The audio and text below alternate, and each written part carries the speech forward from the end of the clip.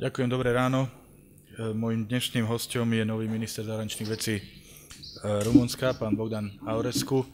Samozrejme je to náš dlhoročný priateľ, ktorý Bratislavu navštívil už veľakrát vo svojich predchádzajúcich pozíciách, ale teším sa, že ako minister zahraničných vecí prišiel k nám na Slovensko ako jednu zo svojich prvých návštev. Aj to je potvrdenie mimoriadne dobrých vzťahov, ktoré existujú medzi Slovenskom a Rumunskom. Máme veľa spoločných záujmov a naopak nemáme v našich vzťahoch otvorené otázky. Pripomeniem veľmi silnú úlohu, ktorú zohrala rumunská armáda pri oslobodzovaní nášho územia na konci druhej svetovej vojny a rovnako tak pripomeniem aj to, že Rumunsko sa nezúčastnilo okupácie nášho územia v roku 1968. To sú veci, na ktoré sa nezabúda. Rumunsko považujeme za jedného z našich najdôležitejších strategických partnerov. Máme spoločné názory k mnohým témam, ktoré sú pre nás veľmi dôležité, európske témy, kde sme veľmi úzko koordinovali naše pozície, napríklad pri príprave nového rozpočtu Európskej únie, ale aj pri ďalších témach. Samozrejme, témy ako je Západný Balkán alebo Východné partnerstvo sú veľmi dôležité pre nás oboch. Máme veľmi intenzívnu spoluprácu vo formáte V4+, a aj na najbližšie mesiace sa pripravuje viacero podujatí s účasťou Rumunska na našej úrovni ministra zahraničných vecí aj na ďalších úrovniach. Téma, ktorá nás takisto spája, je Dunajská stratégia Európskej únie, kde naozaj vidíme veľa potenciálu, ktorý zatiaľ ešte nebol plne využitý. Pokiaľ ide o naše ekonomické vzťahy, tak aj tu je Rumunsko veľmi dôležitým našim partnerom s veľkým ekonomickým potenciálom, veď naša obchodná výmena dosahuje takmer 2 miliardy eur a v Rumunsku pôsobí zhruba alebo viac než 350 slovenských firiem. Dohodli sme sa s pánom ministrom aj na tom, že zorganizujeme v najbližších týždňoch podnikateľské fórum aj s účasťou na vládnej úrovni. Hovorili sme aj o energetickej spolupráci vo svetle najnovšieho diania. Informoval som pána ministra o projekte E-String, dal som na zváženie možnosť zapojenia rumunskej strany. Dohodli sme sa, že odporúčime našim expertom, aby pokračovali v konzultáciách k tejto otázke. Samozrejme, téma Ukrajiny je veľmi výrazne prítomná v našich rokovaniach. Je a ešte aj bude. Obaja si prajeme čo najskoršie vyriešenie krízy. Zhodli sme sa na tom, že kríza nemá iné ako mierové, ako politické riešenie a naozaj chcem aj z tohto miesta vyzvať všetky zainteresované strany, aby striktne dodržiavali podmienky prímeria, tak ako bolo dohodnuté minulý týždeň v Minsku. No a úplne na záver chcem oceniť nedávne rozhodnutie rumunského parlamentu, ktorý zákonom určil 25. máj za deň slovenského jazyka v Rumunsku. Vážime si toto rozhodnutie a vnímame ho aj ako potvrdenie pozitívnej úlohy, ktorú zohráva slovenská národnostná menšina v rumunskej spoločnosti a chcem vysloviť moje poďakovanie a naše poďakovanie za podmienky, ktoré rumunský štát, rumunská vláda vytvára pre pôsobenie slovenskej menšiny, pre udržanie ich identity a samozrejme chcem oceniť aj veľmi dobrú spoluprácu, ktorú s Rumunskom máme v menšinových otázkach. Ďakujem za pozornosť. Dear Minister Lajčák, it is an honor for me to be here in Bratislava as your guest. And on this occasion, I would like to welcome the very substantial and cordial discussions that we had. Indeed, we have quite long historical ties, which enabled both our countries to create very constructive policies for the minorities living on our territories.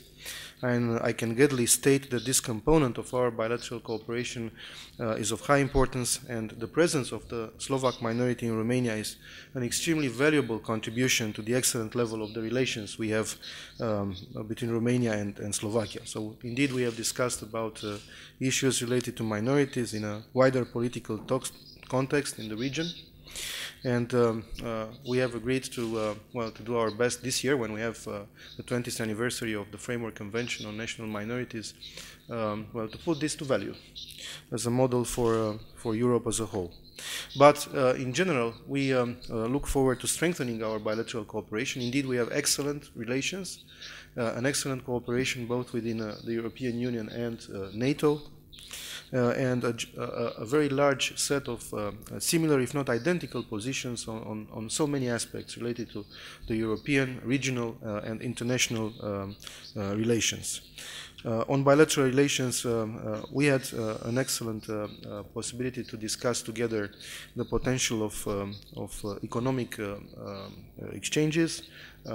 We are satisfied with almost 2 billion euros exchanges last year, but this is for us an incentive to push even more, even further the economic relations between us. So we have discussed together and decided to convene a session of the consultative Joint Economic Commission before the summer, also to organize business fora, and to create a joint business council, which is a project that we have been discussing for some time, but we think it is important in order to boost our bilateral economic relations. We have also discussed about the cooperation at EU level, which is based on a set of common interests, and we, as I mentioned, have similar views on important topics like cohesion policy, climate policy, enlargement, agriculture, just to mention some of them. And we are looking forward to take this positive track record further. I would also like to thank Minister Lajčák for the constant Slovak support regarding Romania's accession to the Schengen area. But I also congratulated Minister Lajčák for a very ambitious and successful V4 presidency, and expressed our satisfaction for the participation of Romania in various V4 plus meetings and for the consistent dialogue within those formats. As Danube states, we discussed also about projects under the Danube EU strategy. We think it is extremely important in order to develop our countries and the regions in our countries, so we agreed to further our cooperation in this area.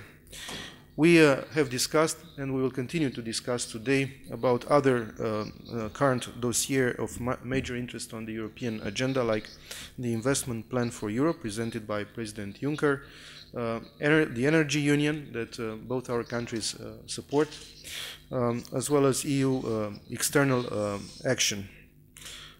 We had an exchange of views also on the European neighborhood policy, especially on the situation in Ukraine and the situation in the Republic of Moldova.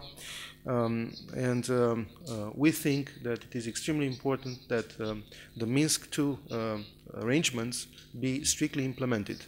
It is of high importance that these agreements, especially the ceasefire and the withdrawal of heavy weaponry from eastern Ukraine, be fully implemented. This is a precondition for further steps for the resolution of the political crisis in Ukraine. So the situation on the ground will be strictly monitored, and we think that together the EU and the other actors involved could, if this of course arrangements are respected, could support the further resolution of the crisis. As far as the Republic of Moldova is concerned, I have expressed my full support for the European aspirations of the Republic of Moldova, and I welcomed the constant Slovak support to the same purpose. At the same time, I have expressed the necessity that we consider in Bucharest, an important necessity, that the government in Chisinau be formed as soon as possible, a pro-European government able to continue the reform process according to European standards and the rapprochement to the EU. We will also discuss about other subjects like the implementation of the NATO summit decisions, Middle East, Central Asia, ISIL, counterterrorism, but I will stop here and thank once again Minister Lajčák for the warm welcome.